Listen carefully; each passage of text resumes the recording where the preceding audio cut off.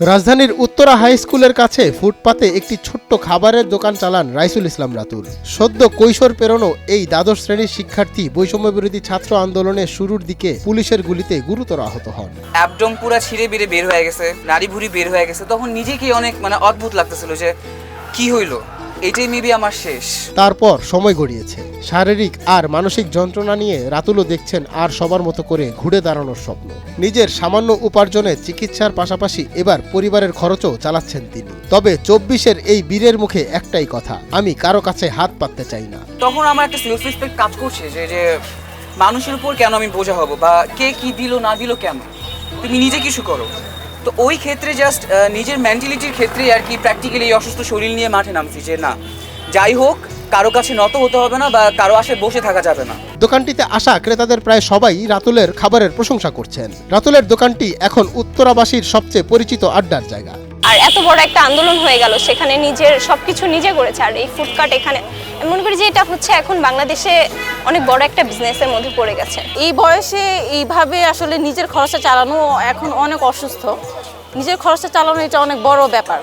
এটা আমাদেরও অনেক, আমরা উৎসাহী হই ব্যাপারটা দেখে। অবশ্যই এটা একটা ভালো দিক। আমি কিছুদিন আগেই 2-3 দিন আগে ফেসবুকে ওর স্টোরিটা দেখতেছিলাম, তো দেখে খারাপ লাগলো আর কি অনেক, যে আন্দোলনের সময় ওর সাথে যে ঘটনাটা ঘটছে।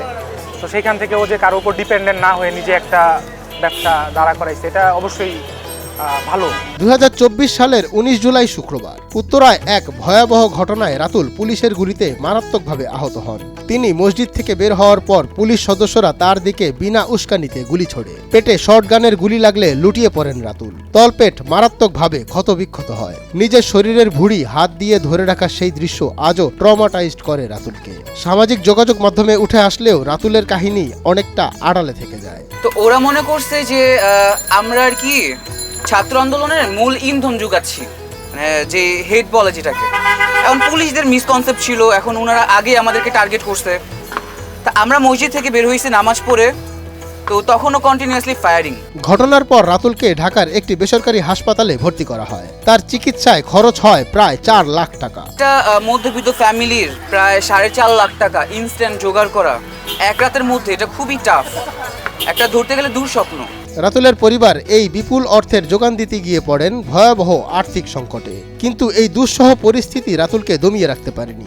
পরিবারের পাশে দাঁড়াতে এবং নিজের চিকিৎসার খরচ নির্বাহে উত্তরা 7 নম্বর সেক্টরের ফুটপাতে খাবারের দোকান খোলেন তিনি। তার মনের সংকল্প ছিল পরিষ্কার, যতটুকু পারি ততটুকু স্বাবলম্বী হব। শুক্রবার দিন নামাজের সময় এত গুলি করতেছে, আমি গিয়া বলি গুলি না করতে, তো সবাই নিষেধ করতেছিল যে দরকার নাই, ওখানে কি দরকার যাওয়ার জন্য।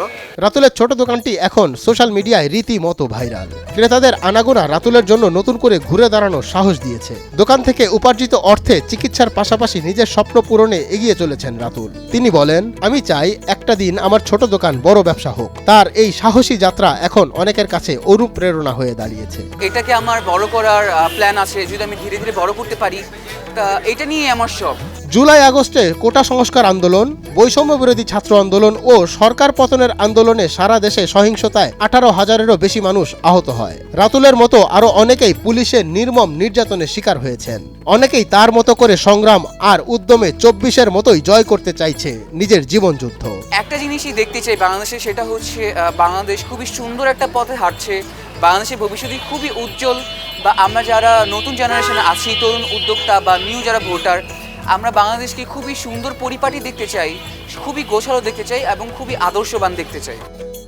মঞ্জুর এ মাওলা, নয়া দিগন্ত।